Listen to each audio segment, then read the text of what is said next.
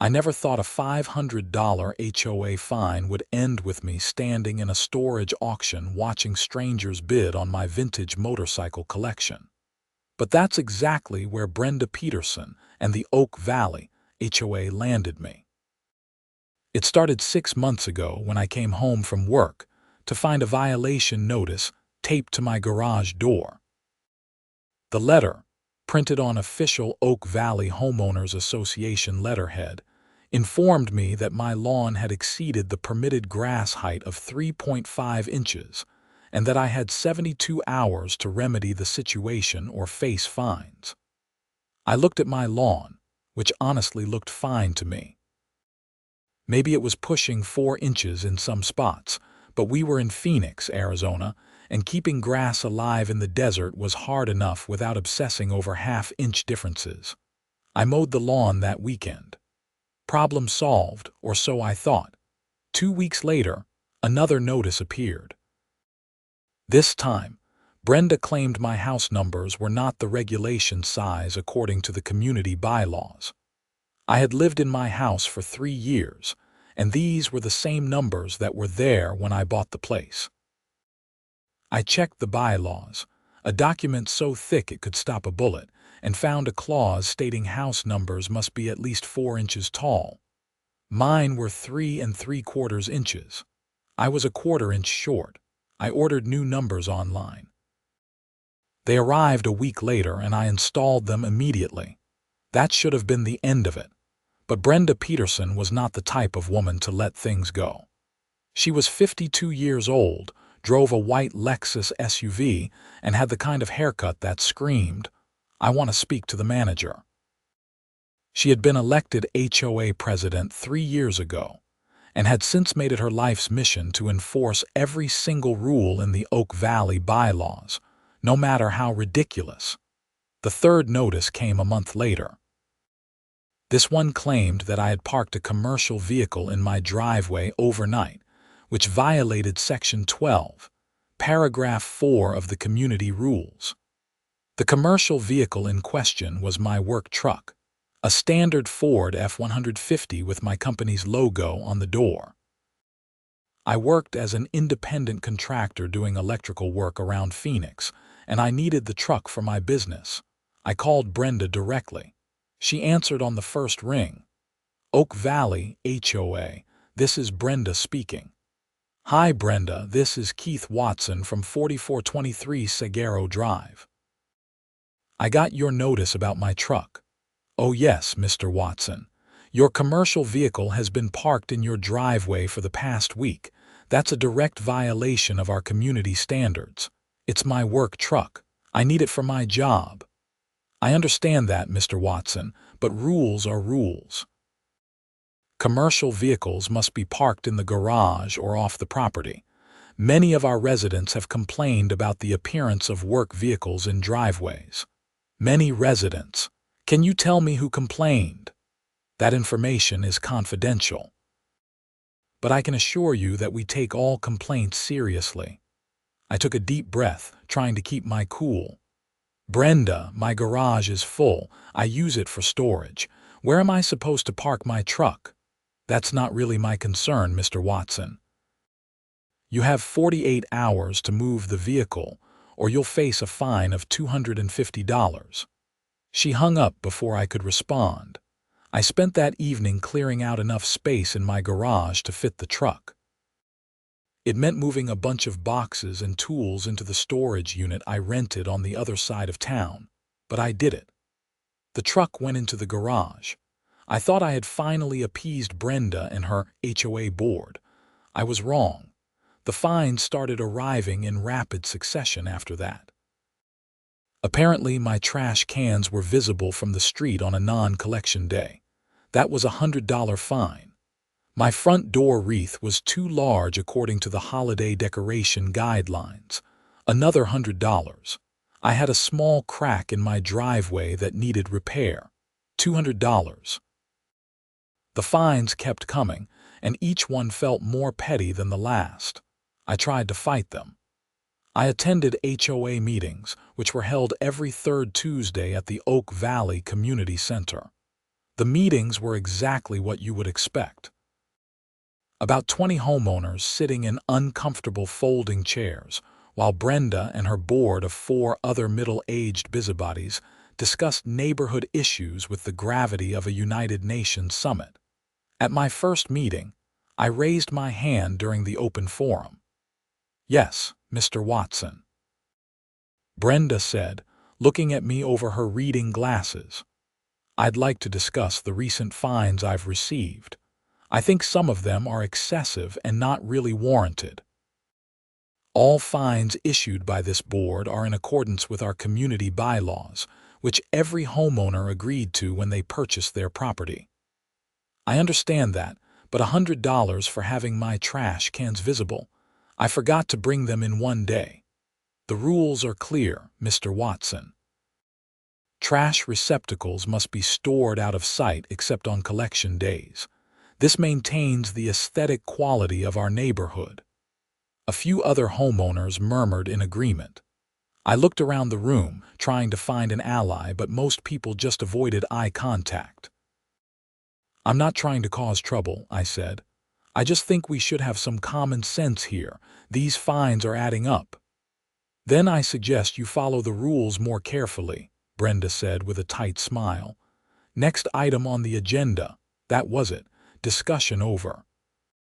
I sat there for another hour listening to debates about whether the community pool should be open until 8 or 9 p.m. on weekends, and whether the playground equipment needed repainting. When the meeting finally ended, I approached Brenda directly. "Can we talk about setting up a payment plan for these fines?" I asked. "Payment plans are available for amounts over $1,000, she said, gathering her papers. "You're currently at $750. Just pay what you owe and be more careful going forward." $750 for minor violations. That's insane. "That's the consequence of not following the rules, Mr. Watson. Have a good evening." I paid the fines. It hurt my bank account, but I paid them. I thought that would be the end of it. I was more careful after that. I measured my grass with a ruler. I checked every single rule before doing anything to my property. I was determined not to give Brenda any more ammunition, but 3 months later, I received a certified letter from the Oak Valley HOA. Inside was a notice that I had outstanding liens totaling $1,200. I stared at the number in disbelief. I had paid all my fines. Where was this coming from? I called the HOA office immediately. A secretary named Deanne answered. "Hi, this is Keith Watson. I just received a lien notice for $1,200, but I've paid all my fines. Can you tell me what this is about?" "Let me check your account, Mr. Watson. One moment, please." I heard typing on a keyboard. "Okay, I'm showing that you had $750 in fines that were paid. However, those fines were paid late, which triggered late fees of 30% per violation. There are also administrative fees for processing the liens, collection costs, and attorney fees for sending the certified letter." "Wait, attorney fees? Late fees?" "I paid within a month of receiving each fine. According to our bylaws, all fines must be paid within 10 business days of issuance. Anything after that incurs late fees. The late fees are clearly outlined in Section 28 of the bylaws." "Can I talk to Brenda about this?" "Mrs. Peterson is not available right now, but you can attend the next board meeting or submit a written appeal. However, I should inform you that appeals rarely overturn properly assessed fees." I hung up and immediately dug out my copy of the bylaws. Sure enough, buried on page 73, there it was. Late fees of 30% plus administrative costs. It was a clause designed to squeeze every possible dollar out of homeowners. I did not have $1,200 to spare. My business had been slow lately, and I was already living paycheck to paycheck after paying the initial fines. I decided to fight this. I submitted a written appeal, carefully documenting every fine when I had paid it, and arguing that the late fees were excessive and punitive. I attached bank statements showing that I had paid promptly once I had the funds available. I spent hours on that appeal, making sure every detail was perfect. 3 weeks later, I received a response. Appeal denied. The board had reviewed my case and determined that all fees were properly assessed according to the bylaws. I now had 30 days to pay the full amount, or the HOA would take further action. I called a lawyer. His name was Marcus Rodriguez, and he specialized in HOA disputes. His office was in downtown Phoenix, in one of those modern glass buildings that looked like it cost a fortune to air condition. "Mr. Watson, thank you for coming in," Marcus said, shaking my hand. He was about 40, wearing a suit that probably cost more than my monthly mortgage payment. "Tell me about your situation." I explained everything: the violations, the fines, the liens, the appeals process. Marcus listened carefully, taking notes on a yellow legal pad. "Here's the thing about HOAs," he said when I finished. "They have a lot of power. When you bought your home, you signed a contract agreeing to their bylaws. Those bylaws are legally binding. However, HOAs have to follow proper procedures. If they don't, we can challenge them. Can you help me? I can try. But I have to be honest with you, fighting an HOA is expensive. My retainer is $5,000, and cases like this can drag on for months or even years.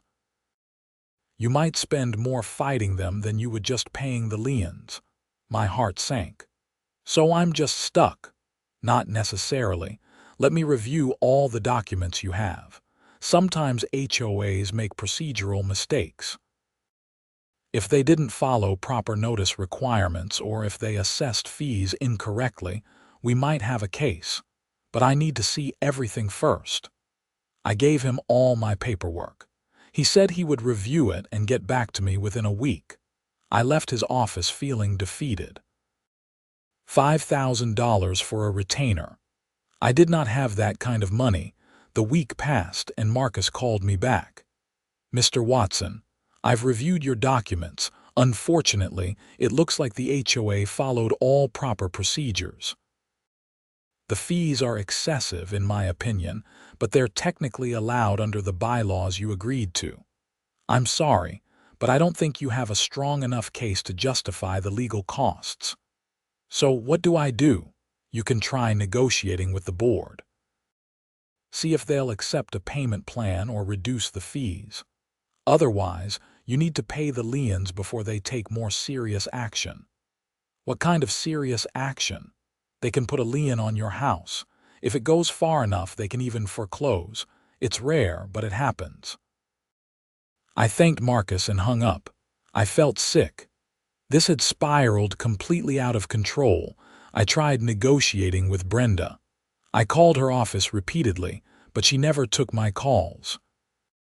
I went to another HOA meeting and requested to speak, but I was told that my account was in collections and I needed to deal with the HOA's attorney directly. I was being stonewalled at every turn. The 30-day deadline came and went. I simply did not have the money to pay. A week later, I received another certified letter. This one was from a law firm representing the Oak Valley HOA. The letter informed me that because I had failed to pay the outstanding liens, the HOA was now authorized to seize assets to satisfy the debt. Assets? What assets? I did not own anything valuable except my house and the stuff in my storage unit. My storage unit. I drove across town to Desert Star Storage, the facility where I had been renting a 10 by 20 unit for the past 2 years.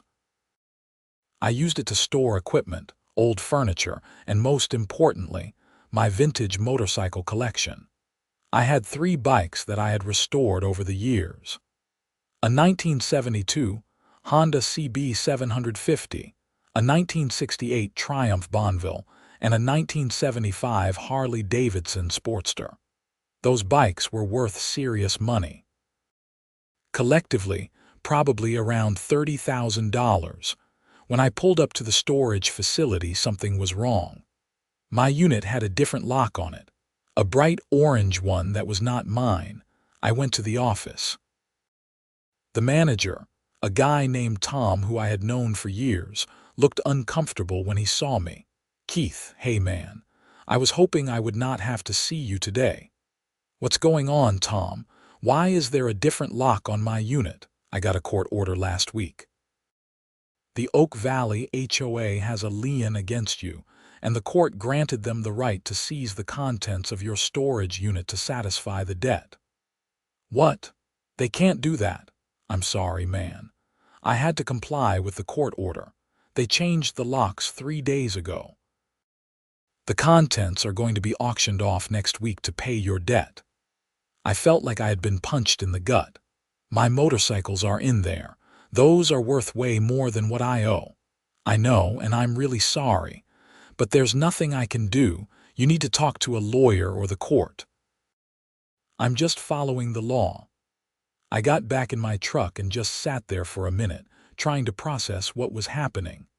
They were going to auction off my motorcycles, bikes I had spent years restoring, bikes that were worth tens of thousands of dollars, to pay a $1,200 debt that I thought was bogus in the first place.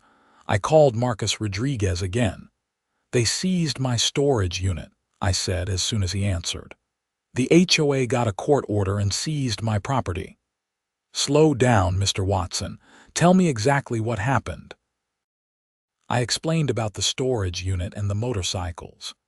"Did you receive notice of the court hearing where they got the seizure order?" "No, I never got anything about a court hearing." "That's a problem. They're required to notify you. Do you have proof you never received notice?" "I mean, I just never got anything. What kind of proof can I provide for something I didn't receive? It's tricky." "Look, if they didn't follow proper notice procedures, we might be able to challenge the seizure, but we'd need to act fast." "When is the auction?" "Next week, according to the storage manager." "Okay, I can file an emergency motion to stop the auction, but I need that retainer we discussed. $5,000. I did not have $5,000. That was the whole problem. I can't afford that right now." "Then I'm sorry, Mr. Watson, but there's not much I can do. You could try filing a motion yourself, but I wouldn't recommend it. The courts don't look kindly on pro se litigants who don't know what they're doing." I was out of options. I spent the next few days in a fog, trying to figure out what to do. I looked into personal loans, but my credit was not good enough. I thought about asking family for money, but my parents had passed away years ago, and I did not have any siblings. I had some friends, but none who could loan me $5,000 on short notice. The auction was scheduled for the following Saturday at 10 a.m. I decided to go. I wanted to at least see what happened to my bikes. Saturday morning was hot, even for Phoenix in October. I arrived at Desert Star Storage at 9:30. There were already about 20 people milling around, looking at the list of units being auctioned. My unit was number 47. Brenda Peterson was there. Of course she was. She was standing near the front with another woman from the HOA board, both of them looking very pleased with themselves. The auction started promptly at 10. The auctioneer was a fast-talking guy named Dale who did this for a living. He explained the rules. You bid on the contents sight unseen, except for a quick look inside. You had to pay in cash or certified check immediately after winning. You had 24 hours to clear out the unit. They started with Unit 12. It sold for $150. Unit 18 went for $300. People were bidding on junk, basically. Storage unit auctions were a gamble. You never knew what you were going to get. Finally, they got to Unit 47. My unit. Dale opened the door and everyone crowded around to look. There were my 3 motorcycles, all covered with tarps, along with my tools, some boxes, and miscellaneous equipment. Folks, as you can see, we got some motorcycles in here. Looks like vintage bikes. Could be worth some money if they run. Let's start the bidding at $500. A hand went up immediately. Some guy in a cowboy hat. 500, thank you, sir. Do I hear 600? Another hand. A woman in the back, 600. How about 7? The bidding went fast. Within 2 minutes, it was up to $2,000.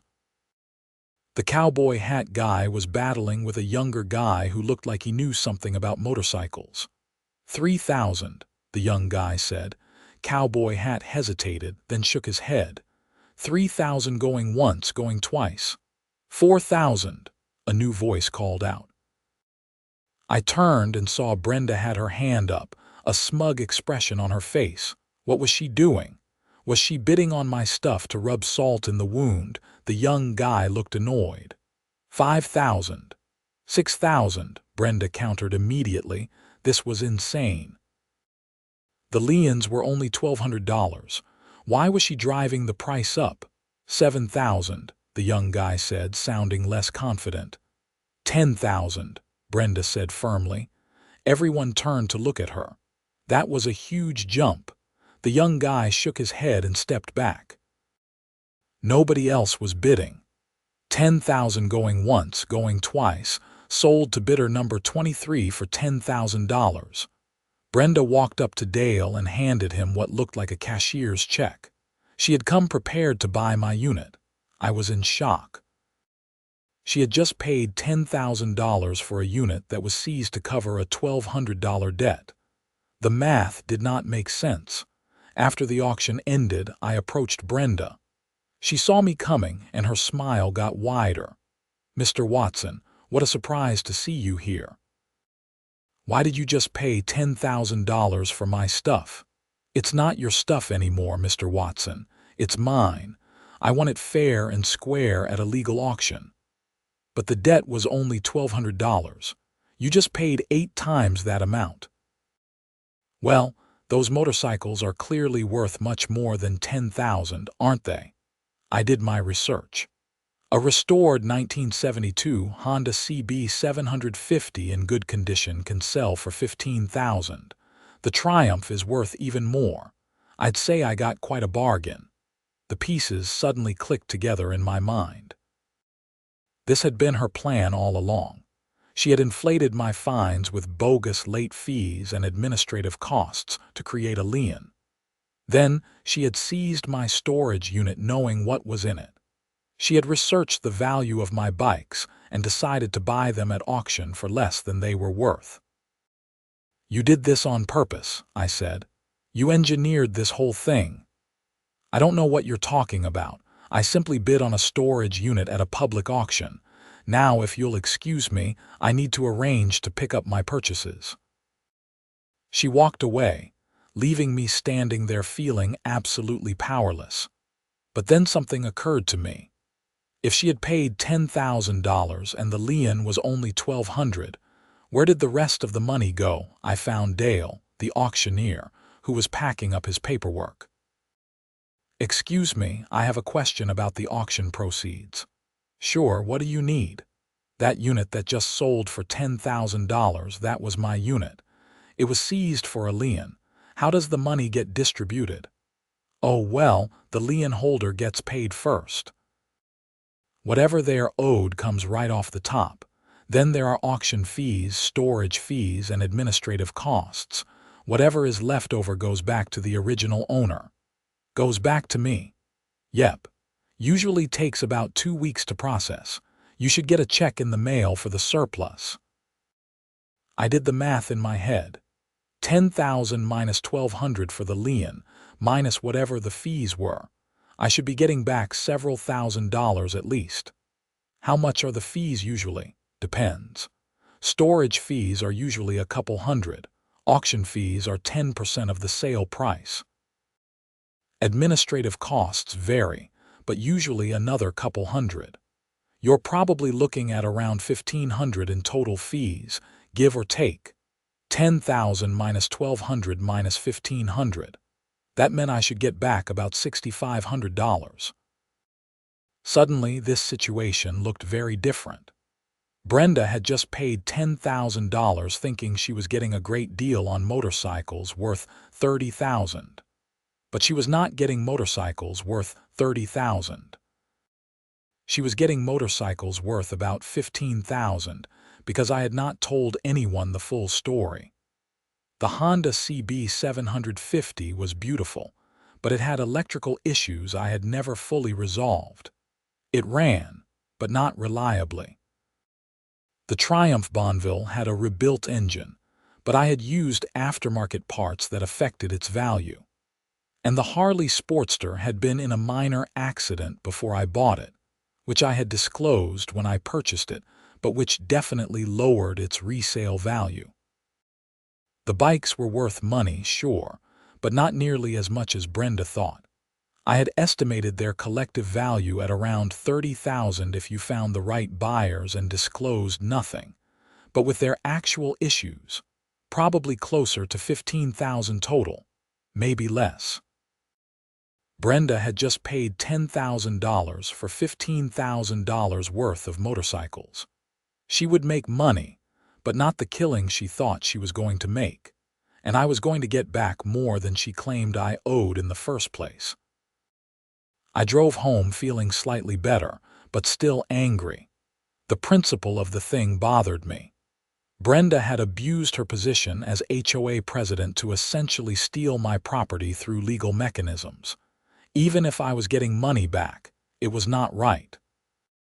Over the next few days, I did some research into HOA law in Arizona. I learned that while HOAs have broad powers, they also have strict fiduciary duties to their members. Board members cannot use their position for personal gain. They cannot create conflicts of interest. And they definitely cannot manipulate fees and liens to seize property for their own benefit. What Brenda had done was not just unethical.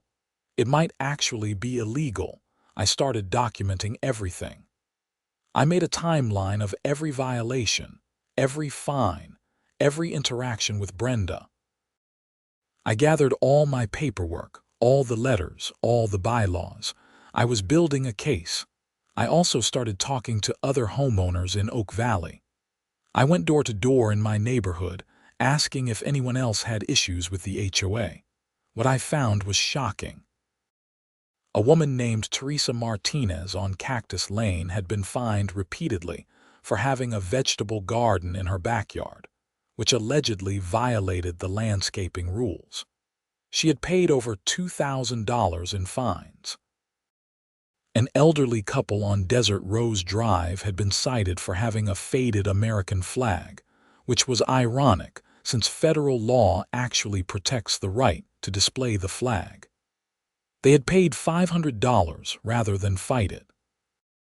A single dad on Mesquite Court had been fined for having his kids' bikes visible in the driveway. The pattern was clear. Brenda was using her position to generate revenue for the HOA through excessive and often bogus fines, and she was targeting people who were unlikely or unable to fight back. I organized a meeting with about 15 homeowners who had similar complaints. We met at a coffee shop in Phoenix, away from HOA eyes. "Here's what I think we should do," I said. "We need to go to the next board meeting together and demand accountability. We need to call for a vote to remove Brenda as president and possibly recall the entire board." "Can we do that?" Teresa asked. "According to the bylaws, yes.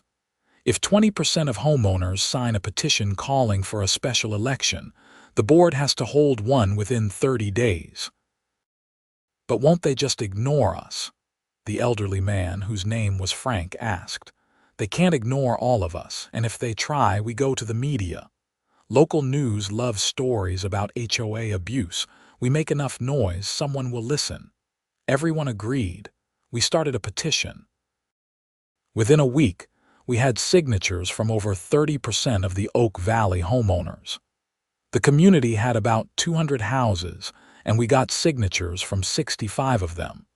I submitted the petition to the HOA office personally. Deanne, the secretary, looked nervous when she saw how many signatures there were. "I'll make sure the board receives this," she said. "We'll see you at the next meeting," I told her. The next board meeting was scheduled for the following Tuesday. Our group showed up in force. There were at least 40 homeowners in attendance, compared to the usual 20 or less.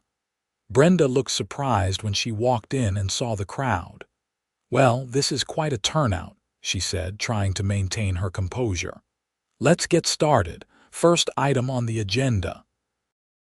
"Actually, Brenda, we need to discuss the petition first," I said, standing up. "The petition is not on the agenda, Mr. Watson. Please sit down. The bylaws say that a petition signed by 20% of homeowners must be addressed at the next board meeting. That's what the bylaws say." Brenda looked at her board members, who all looked uncomfortable. "Fine," she said. "What is this petition regarding?" "We're calling for a special election to recall the current board and elect new leadership. We believe the current board has abused its authority and violated its fiduciary duty to the homeowners." The room erupted in murmurs. Some people were nodding in agreement. Others looked shocked. "That's a very serious accusation, Mr. Watson," Brenda said, her voice icy. "Do you have any proof of these alleged abuses?" "I do, actually." I pulled out a folder full of documents. "I have documentation of excessive fines levied against multiple homeowners for minor or questionable violations.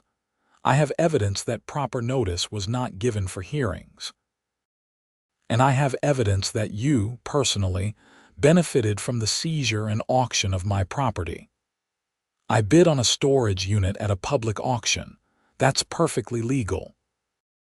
You bid on a storage unit that you knew contained valuable property because you engineered the seizure through excessive fines and improper procedures. That's not legal. That's called self-dealing, and it violates your fiduciary duty as HOA president." Brenda's face went red. "This meeting is over. You can't just end the meeting," Teresa called out. "We have the right to be heard." "Yeah," several other people shouted.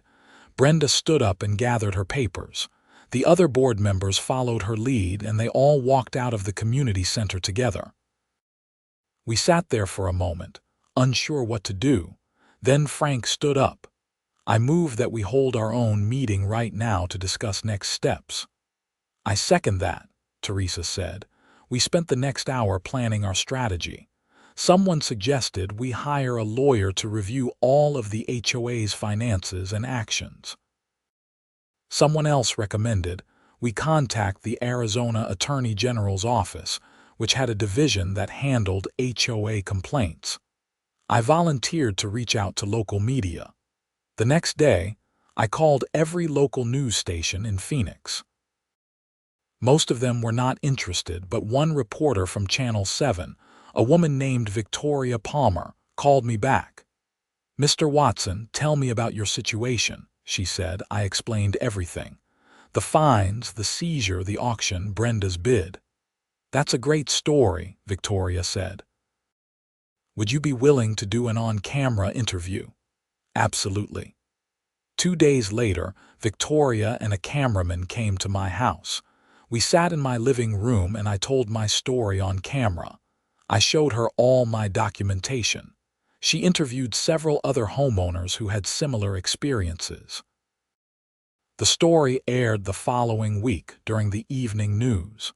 The headline was HOA President Accused of Self-Dealing in Property Seizure.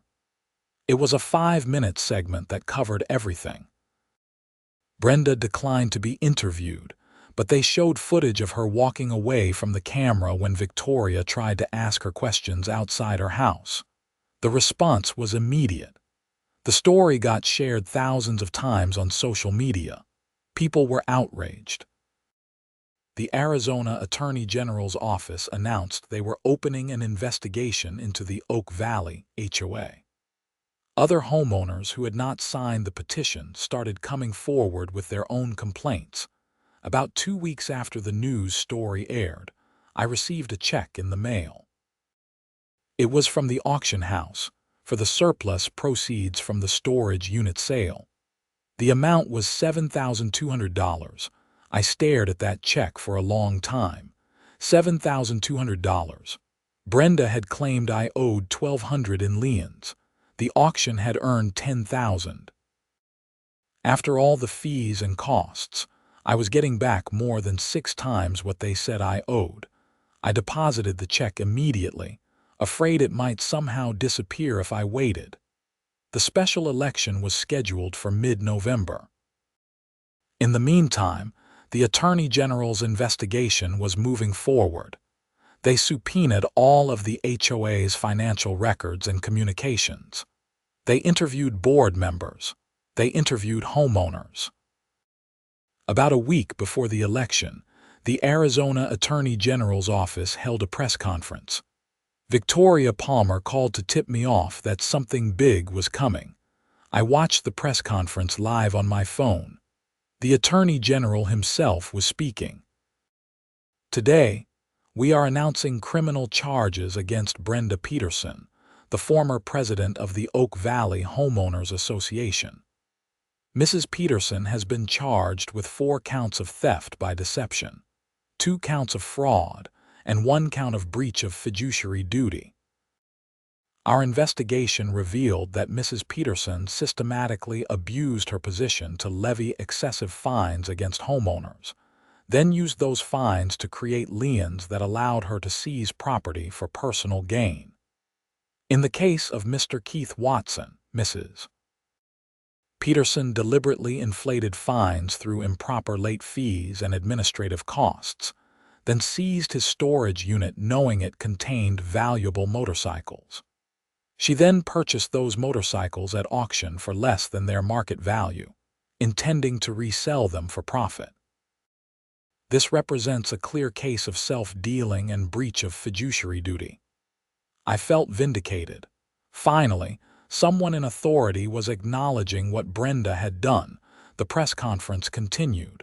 We are also charging Mrs. Peterson with 2 additional counts related to fraudulent transfer of HOA funds. Our investigation revealed that Mrs. Peterson approved payment of over $50,000 in unnecessary legal fees to a law firm owned by her brother-in-law. These charges carry potential prison time of up to 10 years. This was bigger than I thought. It was not just about my motorcycles. Brenda had been running a scheme to funnel HOA money to her family. That evening, the news showed footage of Brenda being arrested at her home. She was led out in handcuffs, looking nothing like the smug, confident woman who had made my life miserable for months. She looked scared and small. The other board members resigned immediately. They claimed they had no knowledge of Brenda's schemes, and the Attorney General seemed to believe them. They were described as complicit through negligence rather than active participants in fraud. The special election was held as scheduled. A slate of new board members was elected, including Teresa Martinez as president. One of their first acts was to vote on a resolution apologizing to all homeowners who had been subjected to excessive fines, and promising a full review of all fines levied in the past 3 years. I received a letter from the new board about 2 weeks later. It informed me that after reviewing my case, they had determined that all fines and liens assessed against me had been improper. They were refunding the $750 I had paid in original fines, plus interest. They also included a formal apology. The check for $825 arrived a week later. So let me do the math on how this all ended up. I had paid $750 in fines. I got back $825 in refund with interest. I got back $7,200 from the auction surplus. Total money in my pocket, $7,575. Money out, $750 in fines I had already paid, plus about $300 in gas and time dealing with this mess, plus the value of my motorcycles. Wait, the motorcycles. I had lost those, except I had not, as it turned out. About a month after Brenda's arrest, I got a call from the Phoenix Police Department. A detective named James Reeves wanted to talk to me. "Mr. Watson, I'm calling about the motorcycles that were in your storage unit. As part of the criminal case against Brenda Peterson, those motorcycles are considered evidence of the crime. They were seized from her garage where she was storing them. Since she never actually sold them, and since the auction has been deemed fraudulent, the court has ordered that the motorcycles be returned to you as the rightful owner." "Are you serious?" "Yes, sir. You can pick them up at the evidence facility any time this week. Just bring ID and proof of ownership." I picked up my bikes 3 days later, all 3 of them, exactly as they had been. Brenda had not even tried to sell them yet. She had probably been waiting for the heat to die down. So, final accounting. I got my motorcycles back, worth approximately $15,000 on the open market. I got $7,500 in cash from the refund and auction surplus, and I had only paid about $1,000 total in fines and costs. Net gain, around $21,000, plus I still had my bikes. But more importantly, Brenda Peterson was facing serious criminal charges. Her trial was scheduled for the following spring. I attended the trial. It lasted 2 weeks. The prosecution presented a mountain of evidence showing how Brenda had systematically abused her position. They showed emails where she had researched the value of my motorcycles before assessing the liens. They showed financial records proving she had funneled HOA money to her brother-in-law's law firm. They showed testimony from dozens of homeowners who had been victimized by excessive fines. Brenda's defense attorney tried to argue that she had simply been doing her job enforcing the HOA rules, and that any financial benefit she received was incidental. The jury did not buy it. After 8 hours of deliberation, they came back with guilty verdicts on all counts. The judge sentenced Brenda to 4 years in prison and ordered her to pay restitution of over $150,000 to the Oak Valley HOA and affected homeowners. She was also permanently banned from serving on any HOA board in Arizona. I was in the courtroom when the sentence was read. Brenda cried. Her family cried. I did not feel happy about it exactly. I did not take pleasure in seeing someone go to prison, but I felt like justice had been served. After the trial, several of the other affected homeowners and I went out for dinner at a Mexican restaurant in downtown Phoenix. We toasted to justice, to standing up for ourselves, and to the new HOA board that was actually working for the homeowners instead of against them. Teresa Martinez, the new HOA president, had implemented a bunch of reforms. Fines were now capped at $50 for first offenses, with warnings required before any fine could be assessed. Late fees were eliminated entirely.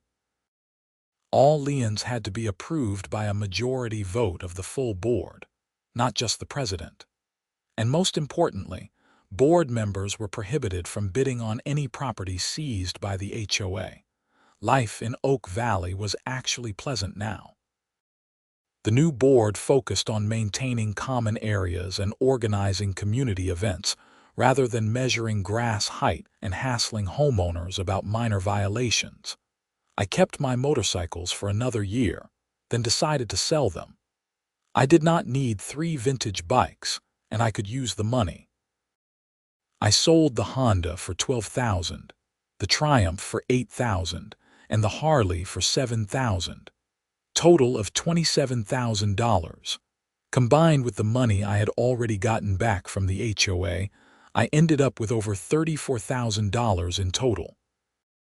I used some of that money to start a consulting business helping other homeowners fight HOA abuse. I partnered with Marcus Rodriguez, the lawyer who had initially told me he could not help because I could not afford his retainer. We worked out an arrangement where I would do the initial investigation and documentation, and he would handle the legal side. We charged reasonable rates and worked on payment plans. In the first year, we helped 43 homeowners across Arizona fight improper HOA fines and liens. We won 38 of those cases. We recovered over $200,000 for homeowners who had been victimized by overzealous or corrupt HOA boards. The story got picked up by national media. I was interviewed on a podcast about HOA reform. I spoke at a state legislative hearing about the need for stronger oversight of HOAs. Some of the reforms I suggested, like mandatory caps on fines and requirements for independent audits of HOA finances, were incorporated into a bill that passed the Arizona legislature the following year. Brenda Peterson served 2 years of her 4-year sentence before being released on parole. I heard through the grapevine that she moved to New Mexico to live with her sister. She kept a low profile and, as far as I know, never got involved with another HOA.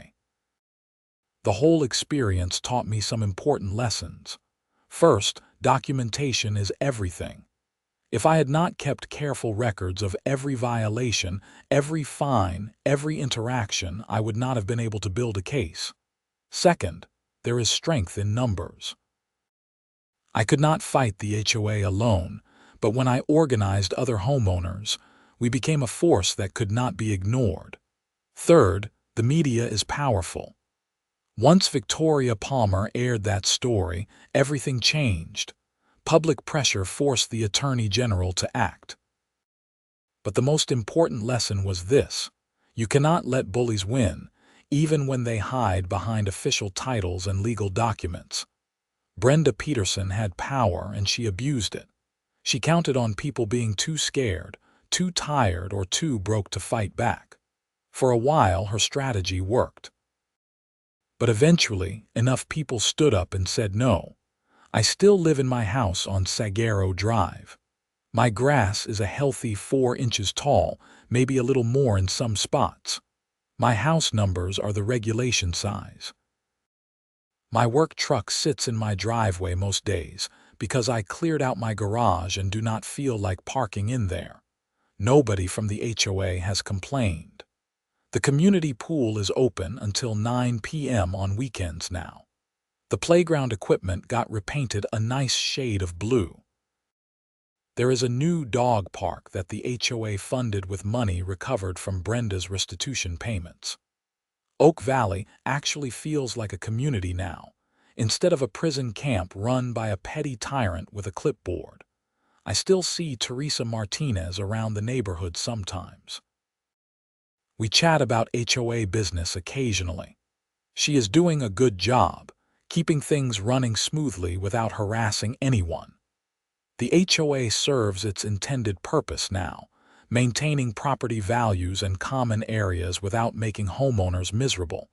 My consulting business is doing well. Just last month, Marcus and I helped a family in Tucson fight a $20,000 lien that an HOA had placed on their house for having solar panels. The HOA claimed the panels violated aesthetic rules. We proved that Arizona state law protects homeowners' rights to install solar panels regardless of HOA rules. The family kept their panels, and the lien was removed. Every time I help someone fight back against an abusive HOA, I think about those motorcycles sitting in that storage unit behind an orange lock. I think about Brenda's smug face when she won the auction. I think about how close I came to just giving up and accepting the injustice. And I am glad I fought back. The $7,200 check I received in the mail, the money I got from selling my motorcycles, the satisfaction of watching Brenda Peterson face consequences for her actions. These things were not just about money. They were about standing up for what was right. People ask me sometimes if I regret buying a house in an HOA community. Honestly, I do not. Without that experience, I would not have discovered this work that I find so meaningful. I would not have met all the people I have helped. I would not have played a part in reforming HOA laws in Arizona. Brenda Peterson tried to use the system to steal from me. Instead, she ended up in prison, and I ended up with more money than she ever claimed I owed, plus my motorcycles back, plus a new career helping others. The whole thing started with a violation notice about grass being half an inch too tall. It ended with criminal convictions, legislative reform, and me finding my calling in life. If there is a moral to this story, it is this. The system can be abused, but the system can also be used to hold abusers accountable. You just have to be willing to fight, to document everything, to find allies, and to refuse to back down even when it seems hopeless. That storage unit auction was supposed to be the end of my fight with the Oak Valley HOA. Brenda thought she had won. She thought she was going to make a profit off my motorcycles while teaching me a lesson about following the rules. Instead, it was just the beginning. The auction was the catalyst that exposed her schemes, brought her down, and ultimately made everything better not just for me but for hundreds of homeowners across Arizona. So yeah, the HOA seized my storage unit for liens. The auction earned me more than they claimed I owed. But more than that, the whole experience gave me something far more valuable than money. It gave me purpose, justice, and the knowledge that standing up to bullies, even ones with official power, is always worth it.